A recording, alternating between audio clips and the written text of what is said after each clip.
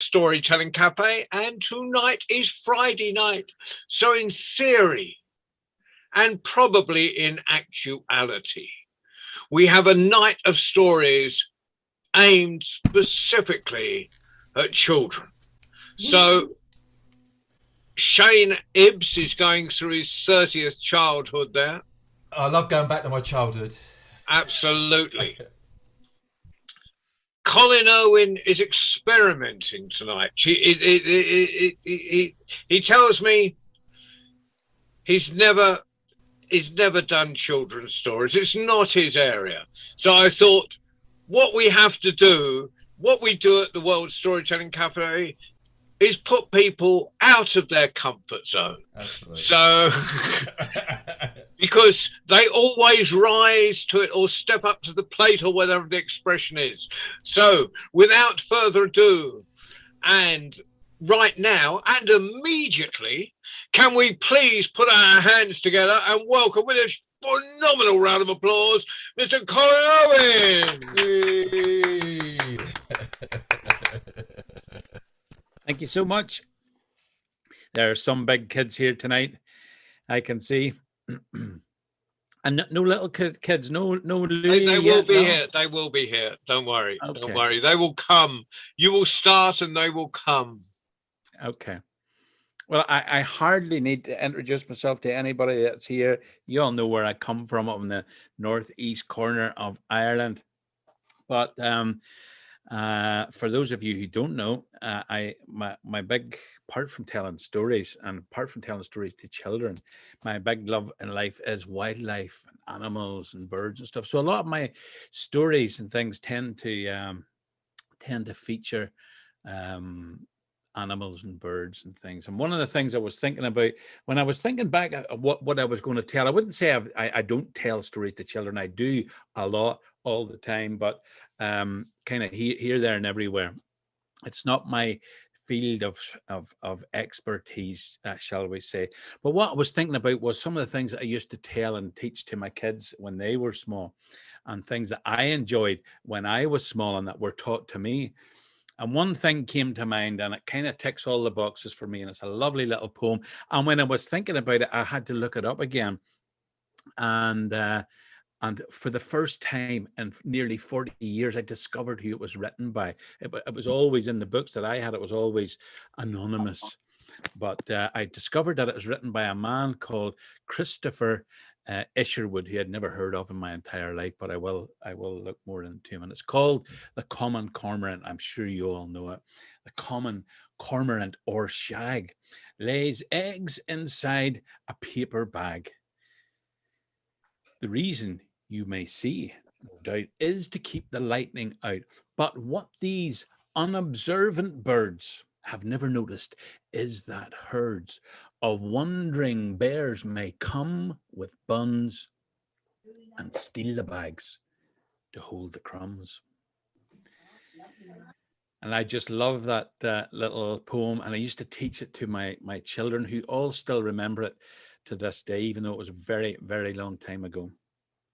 And so I'm going to start off the wee story, which I got from my great and dear friend Liz Weir. It's included in a book called, let me see, where is it here? Ready to Tell Tales. Fabulous little book. And there's loads of little stories in it. If any of you are interested in telling stories to kids or big kids, there's lots of great little stories in it, and they're just ready to run off the page. And the one that caught my eye immediately was the one that Liz submitted to this book, and the one that came after. And maybe if we've got time, I'll do it as well. But this little story is called The One Wish. And once upon a time in Ireland, a long, long time ago, there was a young man called Seamus. And he and his wife had been married for 5 or 6 years, but sadly, they had not been blessed with any children. And they were so poor, they could not afford a home of their own. And so they lived in with Seamus's parents. Seamus's mother was blind. She had lost her sight many, many years before.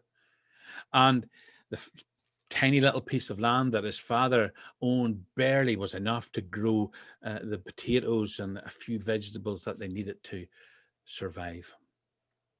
Well, things are never that bad that they cannot be worse. And one year, a disease came called the blight, and all the potatoes in Ireland rotted in the ground, and the people were starving with hunger. And Seamus knew that it fell to him to go and try and find some food that his family might not starve. There was one place that he could go where there was a good chance that he might find something, but it was in behind the huge big wall that surrounded this estate. Because in those days, of course, the great landlords, the lords and the ladies owned these huge areas of land. And they built these walls around them to keep the poor people out. Now, if you were caught trespassing behind that wall, you were in big trouble. If you were caught poaching, stealing any animals or salmon from the river, it was the end of the road for you, I'm afraid. But Seamus's family were starving, and he had to go in search of some food. Well, he wandered far and near through that estate the whole day, and it was starting to come on dark, and he was beginning to despair when suddenly he saw something in undergrowth. He got closer, and he cornered this beautiful, pure white deer with eyes the color of a summer sky. He had brought a little axe with him. It was the only thing he could think to bring. He had sharpened it all the night before, and now he made ready to throw that axe at the deer. But suddenly it spoke. "Do not kill me. Do not kill me, Seamus, for if you do, you will be caught and you will be hanged. Spare my life and I will grant you one wish." What? Seamus could not believe his ears. He thought he was delirious with hunger. He dropped the axe down by his side and he scratched his head. And the deer spoke again. "Spare me, spare my life, and I will grant you one wish. Do not answer now. Come back to this place tomorrow, and I will be here, and you can tell me your decision then. If you want to take my life, so be it. If you want to make a wish, I will grant it." Well, Seamus was terrified. He knew he was in the presence of great magic and power. And so he dropped his head and he walked all the way home. As he was going home, he was thinking to himself how foolish he had been. There was a deer. He could have killed that deer and his family would have feasted for a week. And now tonight they would go to bed hungry again. Well, when he came close to his little cabin, the first person that he met was his father. And when he told him the story of what had happened that day and the white deer that spoke to him, his father said, oh, son, you did the right thing. Tomorrow you must go back and make a wish. Wish for gold. Gold, as much gold as you can carry, and all our troubles will be forgotten. And so the next person that Seamus spoke to was his mother. And he told his mother the whole story, what had happened, and the white deer, and all about the wish. And she said, oh, my son, all the gold in the world wouldn't make up for my sight. Please, you must ask to have my sight restored.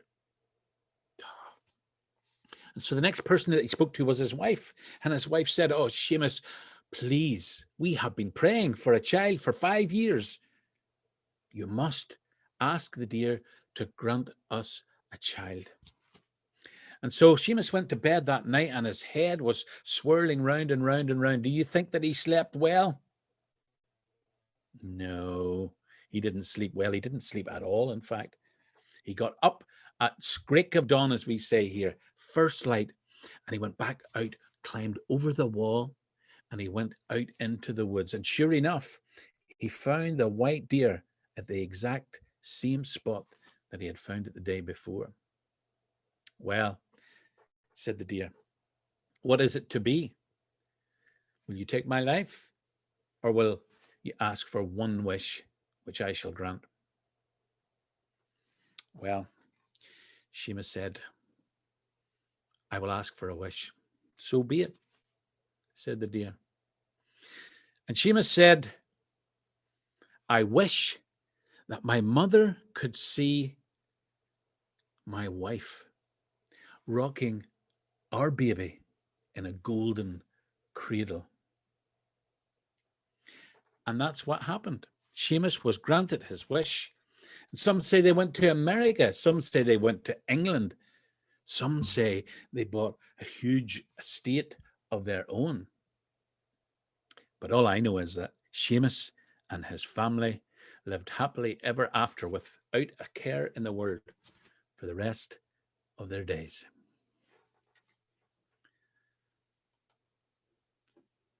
No little children on yet.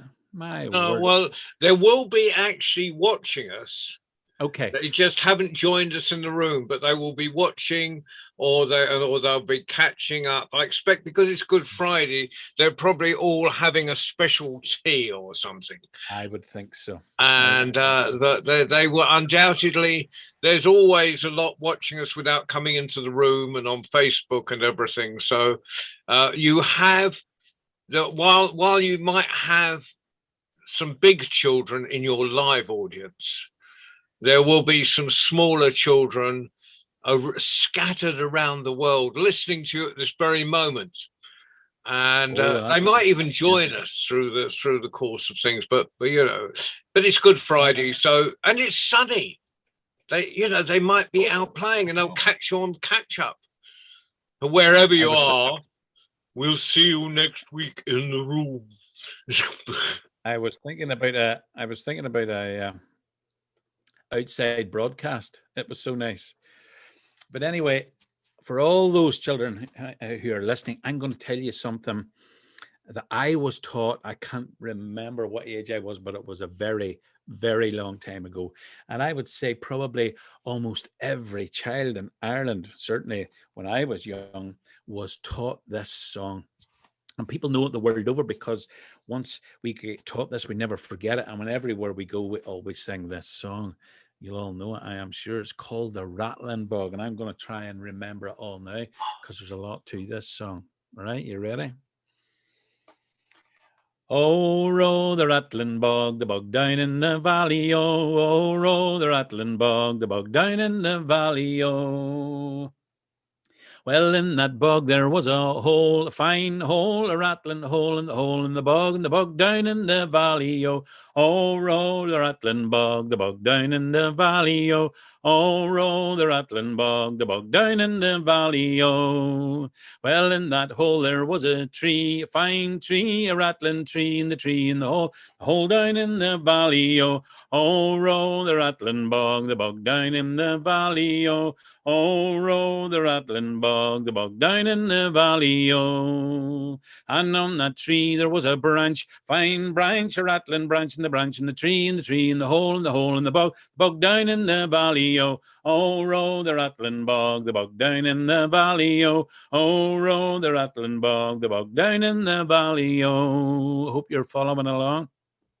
And on that branch there was a limb, fine limb, a rattling limb, and the limb, and the branch, and the branch, and the tree, and the tree, and the hole in the bog, and the bog, and the bog down in the valley, oh, row the Rattlin Bog, the bog down in the valley, oh, row the Rattlin Bog, the bog down in the valley, oh. Well, on that limb there was a nest, fine nest, a rattling nest, and the nest, and the limb, and the limb, and the branch, and the branch, and the tree, and the tree, and the hole in the bog down in the valley, oh, row the Rattlin Bog, the bog down in the valley, oh, row the Rattlin Bog, the bog down in the valley, oh. And on the nest there was a bird, a fine bird, a rattling bird, and the bird in the nest, and the nest in the limb, limb in the branch, and the branch in the tree, and the tree in the hole, and the hole in the bog down in the valley, oh, oh, row the rattling bog, the bog down in the valley, oh, oh, row the rattling bog, the bog down in the valley, oh. And in that bird there was an egg, a fine egg, a rattling egg, and the egg, and the bird, and the bird, and the nest, and the limb, and the branch, and the branch, and the tree, and the hole, in the bog down in the valley, oh, oh, row the rattling bog, the bog down in the valley, oh, oh, row the rattling bog, the bog down in the valley, oh. And in that egg there was a bird, a fine bird, a rattling bird. And the bird and the egg and the egg and the bird and the nest and the limb and the branch and the branch and the tree and the hole and the bog down in the valley, oh, oh, row the rattling bog, the bog down in the valley, oh, oh, row the rattling bog, the bog down in the valley, oh, oh, row the rattling bog, the bog down in the valley, oh, oh, row the rattling bog, the bog down in the valley, oh. You. That's a wee song from my childhood. Just as a matter of interest, outside of Ireland, and you're all outside Ireland. Hands up, anybody who knows that song or has heard of that song. Must be one of the best known songs. No, never heard it, Shane. My word, you can't say that now. I've done my duty to pass it on. Anyway, I'm going to. Another thing that I felt, I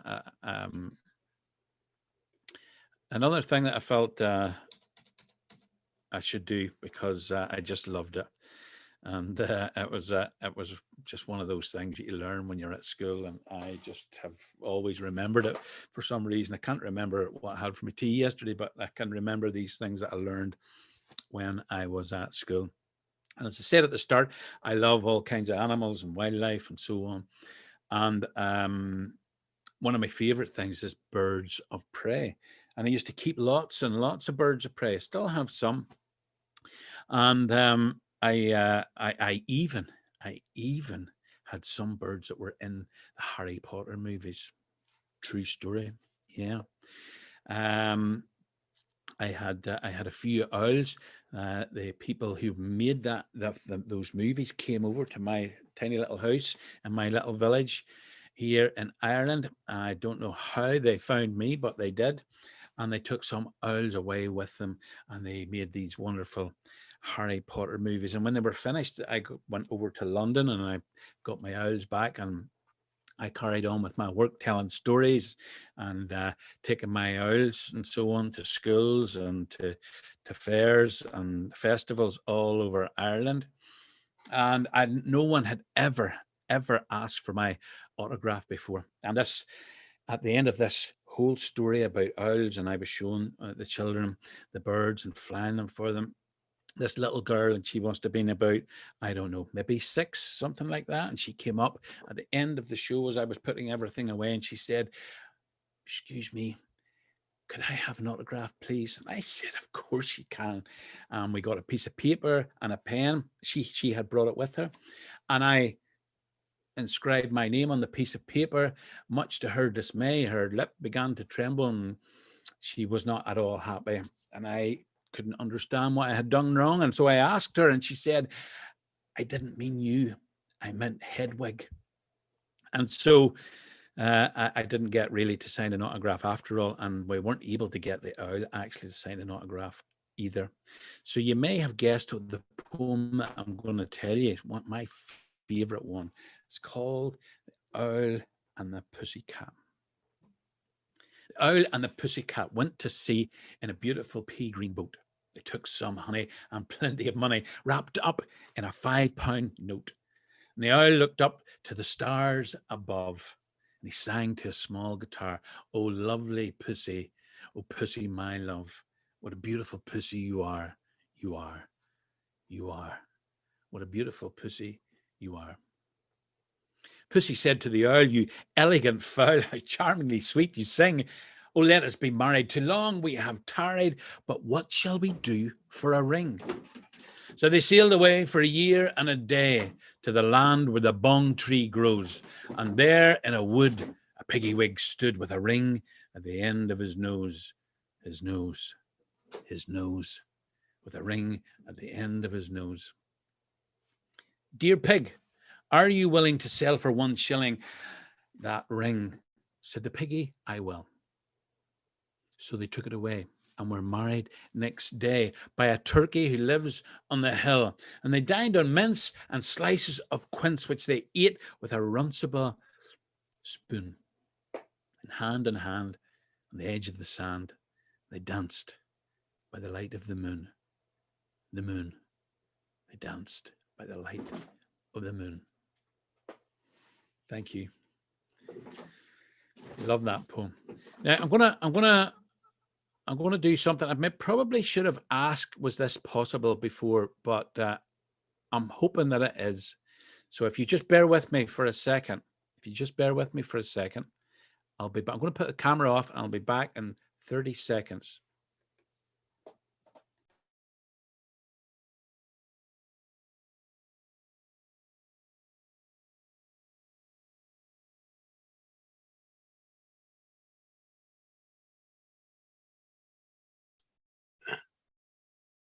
Whoa.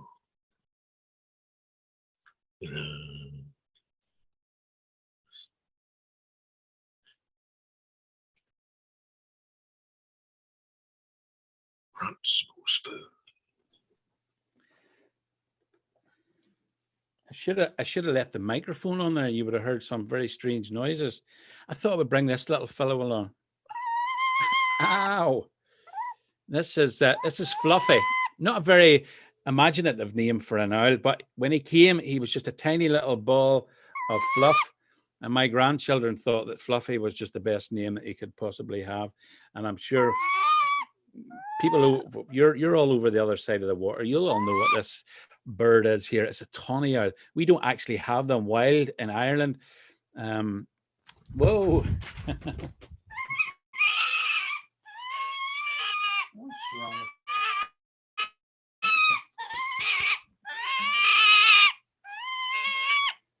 Yeah, he doesn't like Zoom, it would appear.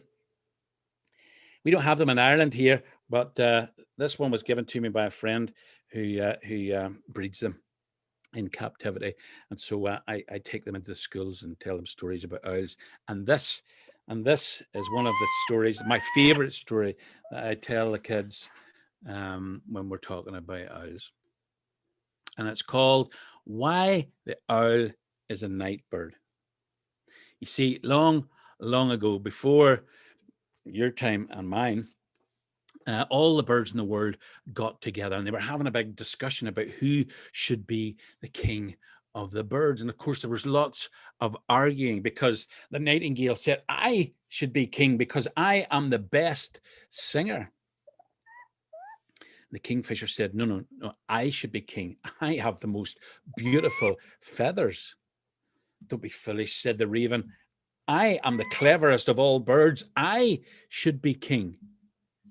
No, the falcon said, it should be me. I am the fastest bird. And the swallow said, what about me? I fly the farthest. I should be king. And so it went on and on and on and on, and they couldn't agree. And eventually the eagle said, I know what we'll do. We'll have a competition. And the bird that can fly the highest, well, that bird shall be crowned the king of the birds. And so all the birds thought that that would be a good way to settle this. And they decided that that's what they would do. And so all the birds that could fly anyway, they all took off and they flew up and up and up and they got higher and higher and higher.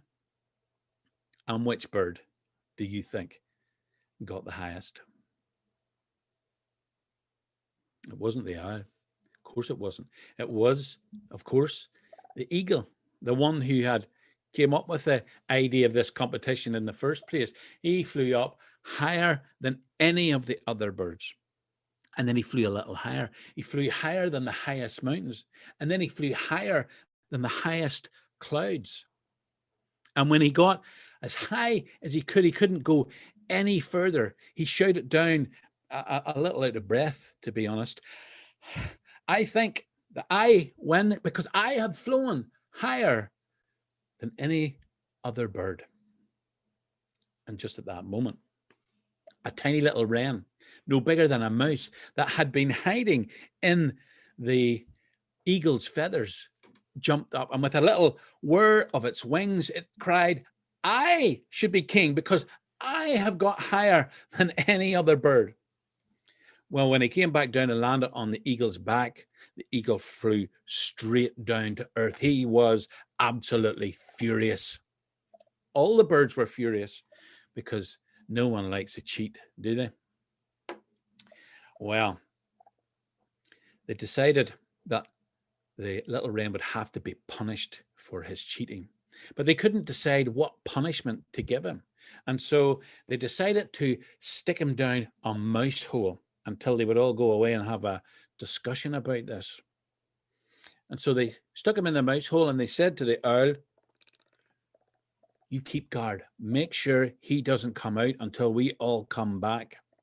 And then we will decide what punishment he should have." Well, it was a day like today, actually. The sun was high in the sky, hardly a cloud. It was beautiful. And it got hotter and hotter. And of course, when all the other birds were away, the owl sat in the tree and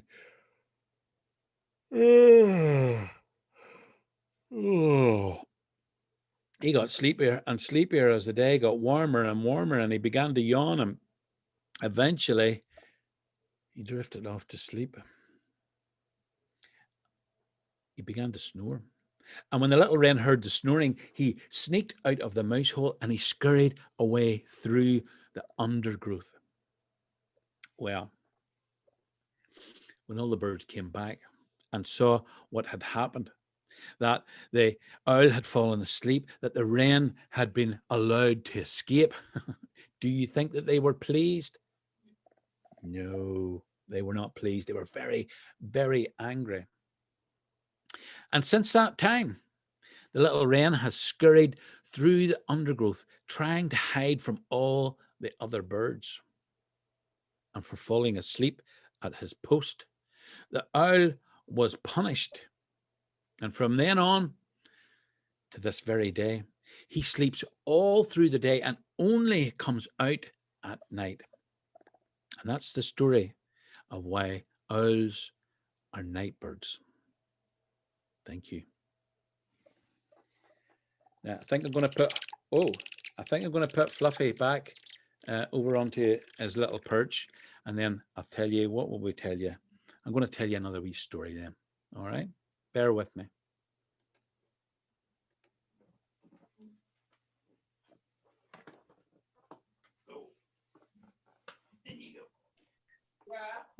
It's quite a day for birds today. Jackson Gilman this morning was doing birds and nests and things for Easter as his story time, but he didn't have any live birds. He just had toys. What a cheat.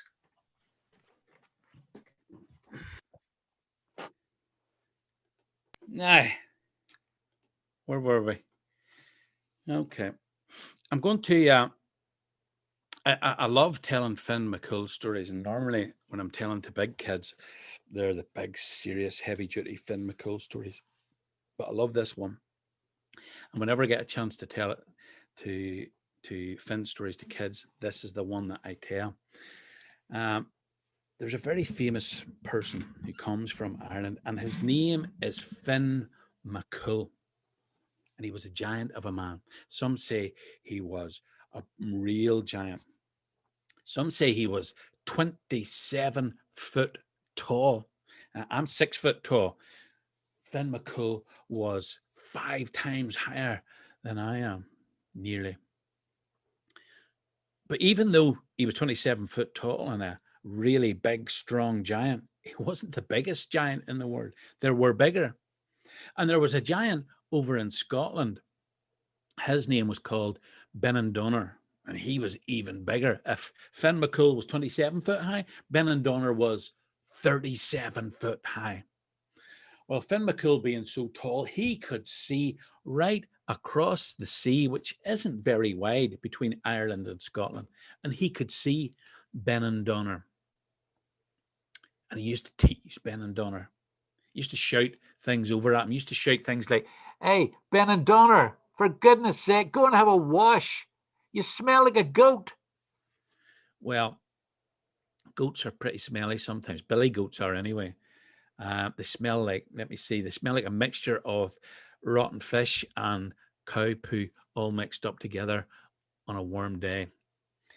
So Benandonner didn't like this, and he used to shout over, "Benandonner, go and brush your hair and clean your teeth, you big smelly goat, you." Benandonner used to get very, very angry about this. And he used to think to himself, does he not know who he is insulting? I am the biggest giant in Scotland. Well, anyway, this went on and on and on, and Benandonner got angrier and angrier. Then one day, Finn McCool shouted over to him, "Benandonner, I'm going to come over there one day and I am going to fight with you. I'm going to knock your blood off." Well, that was enough. Benandonner had heard enough. He started to lift up big rocks and he fired them out into the Irish Sea, and they splashed up, and there was fish flying up into the air and sharks and even big whales. And the rocks piled up and piled up.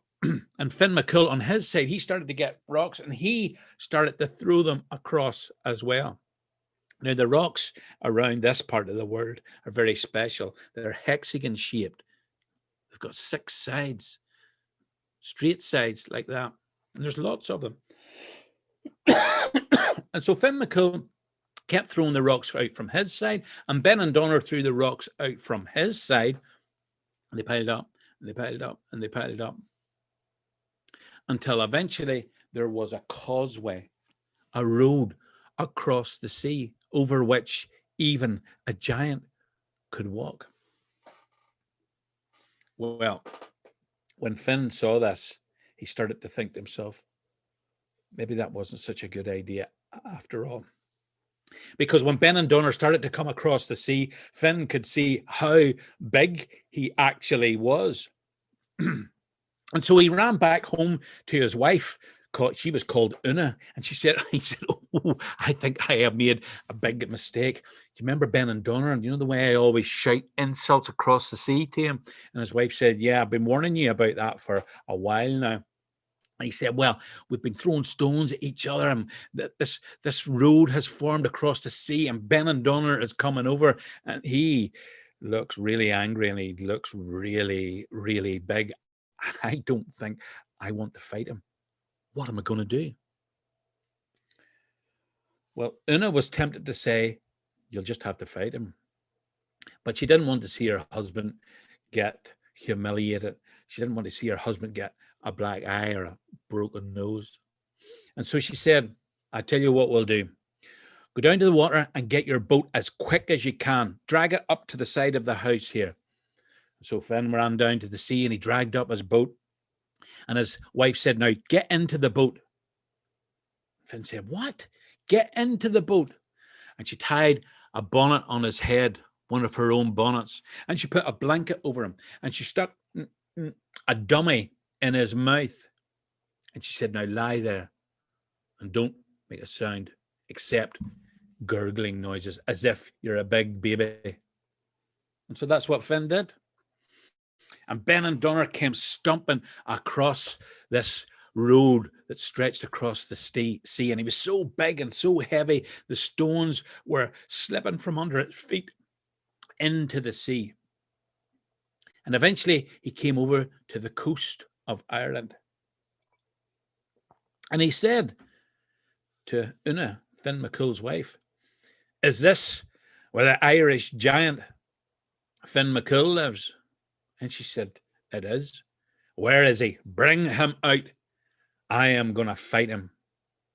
She said, "That's a shame." She said, "He would love to fight you. He says it all the time, but I'm afraid you've just missed him. What a shame.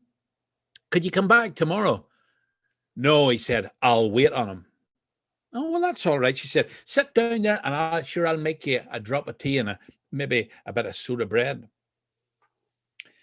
Well, he sat down and he said, where is he anyway? She said, well, every morning he gets up and he goes for a walk all around Ireland and he doesn't come back to tea time. And when he comes back at tea time, he eats 10 barrels of fish and he drinks 20 barrels of tea. And I have to make him 30 big loaves, 10 foot long and 5 foot high. He's that hungry. Really, said Benandonner. Well, Benandonner sat down and to his breakfast, he drank 10 barrels of tea and he ate big slabs of potato bread and soda. And every now and again, Una would go over to the boat where Finn was lying and she would look and she would go, could you, and she would play with Finn in the cot. And he would gurgle and look up at her and suck on his dummy. And eventually Benandonner said, who is that in that boat? Oh, she said, it's a boat. We have to use a boat because this is our youngest, young Finn. He's only 7 months old and we can't get a cot big enough for him. So we have to put him in this boat. What? Said Benandonner. 7 months old. Look at the size of him. She said, I know he's big, isn't he? And if you think he's big, you should see his father. He is huge. He must be 40 foot tall. Maybe more. What? Said Benandonner. He didn't look that big when I was looking across the sea. But distances can be deceiving, said Una. Indeed, you're right, missus, he said. And so Benandonner very slowly but very assuredly made his excuses and he apologized for the intrusion and thanked Una for the tea and the soda bread and the potato bread. And he quickly left. And when he got down to the causeway, the rocks across the sea, he began to run. And as he ran, he scooped the rocks away either side of him to break up the road so as Finn McCool couldn't follow him over to Scotland. And when he got to Scotland, the sea came back in again and covered over all the rocks. And all that were left were a few of those hexagon-shaped stones at a place up on the corner of the north of Ireland that we call nowadays the Giant's Causeway. And if you go over to Scotland to a place called Staffa, you'll see the same thing. And that is all that is left of the Giant's Causeway. And if you don't believe me, you can come and see for yourself. Thank you.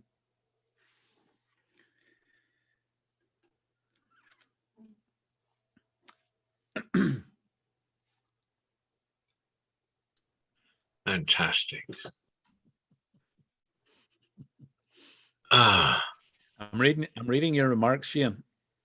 They haven't gone unnoted, I have to tell you. Right, I'm going to.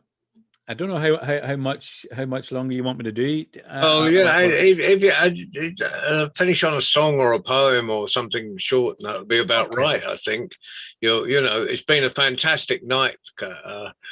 We've all us big children have enjoyed it, and I'm sure there'll be lots of children all over the world listening to you in the next few days. Okay, well, that's thanks for the tip, John. I am going to finish on a song then, if you don't mind. And this is a song that, again, everybody in Ireland knows. And you'll all know it too, I am sure. We're all taught this at school. And if you don't learn it at school, you'll hear it on the radio, you'll hear it on records, because everybody has recorded this song. And it is called I'll Tell Me Ma. Let me get a cap of one, actually. So I'll tell listening to it the other day from myself on the car drive. Well, I usually play this with a drum, a boron drum, but drums don't work on Zoom, so I'm going to try the guitar here. I'll tell me ma when I go home, the boys won't leave the girls alone. Pull my hair and stole my comb, but that's all right till I go home. She is handsome, she is pretty, she is the belle of Belfast City. She is a courting 1, 2, 3. Please won't you tell me who is she? Albert Mooney says he loves her, all the boys are fighting for. Knock at the door and they ring at the bell, saying, oh, my true love, are you well? Out she comes as white as snow, rings on her fingers and bells on her toes. While Johnny Morrison says she'll die if she doesn't get the fellow with the roving eye. Tell me, ma, when I go home, the boys won't leave the girls alone. Pull my hair and they stole my comb, but that's all right till I go home. She is handsome, she is pretty, she is the belle of Belfast City. She is a courting 1, 2, 3. Please won't you tell me who is she? The wind and the rain and the hail blow high, let the wind travelling through the sky. She's as nice as apple pie, she'll get her own lad by and by. When she gets a lad of her own, she won't tell her ma when she goes home. Let them all come as they will, for it's Albert Mooney I love still. Tell me, ma, when I go home, the boys won't leave the girls alone. Pull my hair, they stole my comb, but that's all right till I go home. She is handsome, she is pretty, she is the queen of Belfast City. She is a courting 1, 2, 3. Please won't you tell me who is she? Tell me, ma, when I go home, the boys won't leave the girls alone. Pull my hair, they stole my comb, but that's all right till I go home. She is handsome, she is pretty, she is the queen of Belfast City. She is a courting 1, 2, 3. Please, when you tell me, who is she? My Aunt Jean, she called me in, she made me tea in her wee tin. Half a bap with sugar in the top, 3 big sweets out of her wee shop. Oh, and you would have given Tommy Clancy a run for his money. Oh, wow. Well, I'll tell you what, next February in Marrakesh, I tell you, whichever riad you're staying in, we'll all be round because it's going to be a sing-song. That's going to be, it'll be a Kaylee for sure. Oh, and thank you, Colin. That is magnificent. And Colin is back with us in actually almost exactly, what is it? It's the 2nd of April today. And on the 2nd of May, Colin is launching this fantastic, I mean, he's doing 1,000 launches because you have to with these days, and the virtual world means you can do this. He's launching this magnificent CD, a kind of love song. So we want you all back live for the yeah, we're all there. We can all hold up our copies. Yeah. I think Mike's downloaded there. So and we've got a fantastic week coming up on the cafe tomorrow.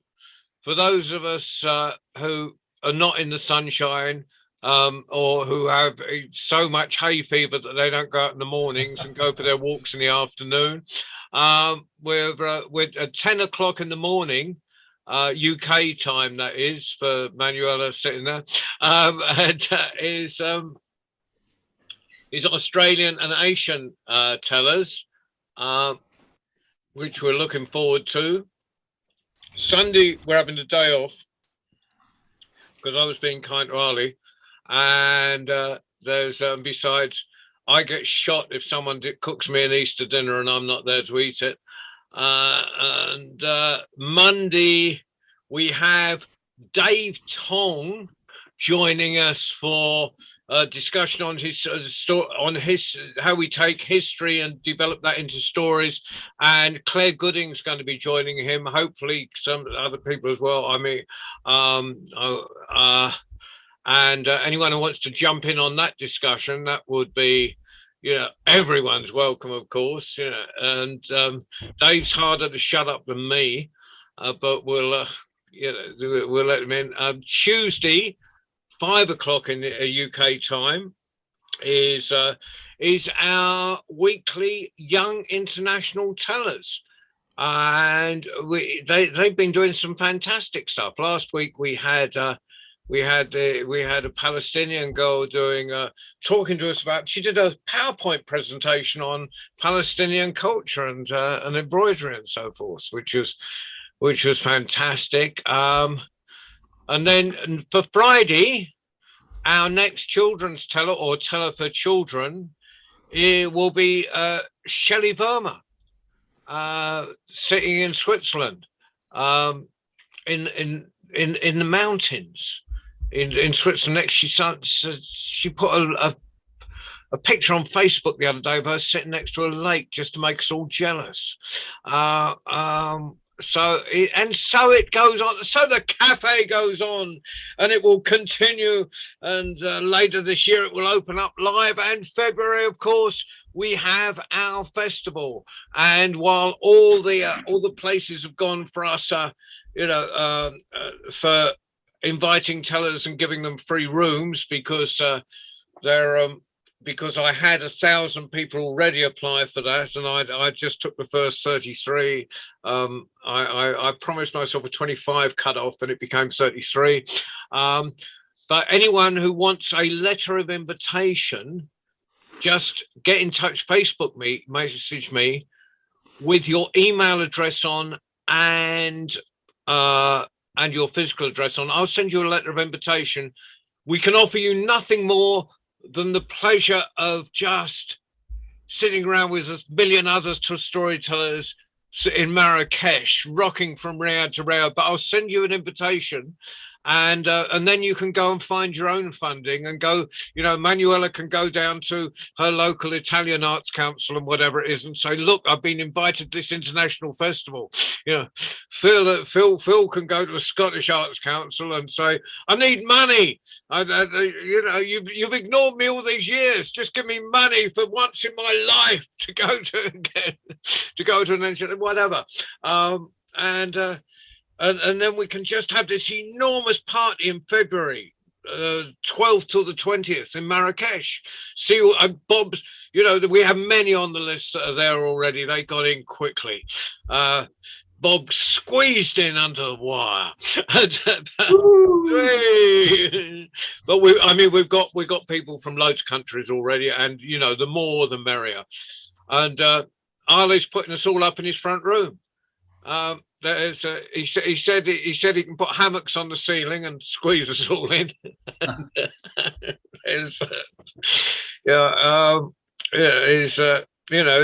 he's put hammocks on the roof as well. But no, it's going to be great. It's been a marvelous evening. Colin, we thank you once more as always. You have been a joy. We thank Ali, of course, for driving the bus, or the magic carpet, as I prefer to call it. And please join us all again live at the cafe. Go to the site, see our program, come visit us regularly. Our door is always open. Good night. Oh, and drop a couple of pennies in the hat for Colin. He needs it. You can see him. He's starving to death. Or order a CD or something. Right. See you. Bye. Buy a CD if you like. That would be great. Thank you. Thanks, everybody. All right. Bye-bye. Thanks, everybody. Right.